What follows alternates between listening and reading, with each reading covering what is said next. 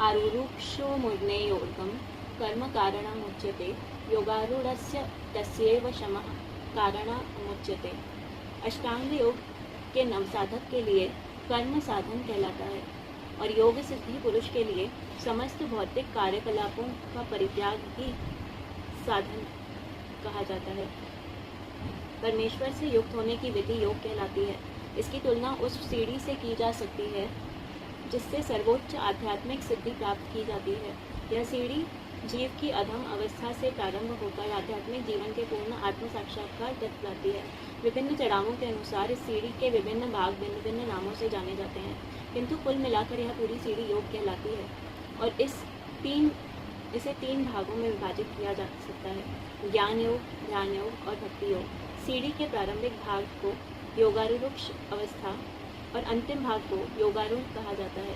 जहाँ अष्टांग योग का संबंध है विभिन्न यम नियमों तथा आसनों, जो प्रायः शारीरिक मुद्राएं ही हैं, के द्वारा ध्यान में प्रविष्ट होने के लिए आरंभिक प्रयासों को सकाम कर्म माना जाता है। ऐसे कर्मों से पूर्ण मानसिक संतुलन प्राप्त होता है। इससे इंद्रियां वश में होती हैं। जब मनुष्य पूर्ण ध्यान में सिद्धहस्त हो जाता है तो विचलित करने वाले समस्त मानसिक कार्य बंद हुए माने जाते हैं।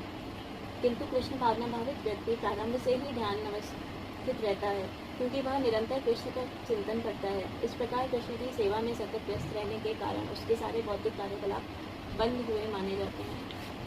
देखिए, हम सभी के लिए आज जो गीता से गाइडेंस है वो गाइडेंस यही है कि जीवन की हर चीज़ को योग ले। आप जो भी कर्म करें, इसको योग, आपके लिए जो गोल है ना, ये योग होना चाहिए। किससे योग? भगवान से योग। किससे योग? अपने आप से योग, अपने मन से, अपने कॉन्शियस से।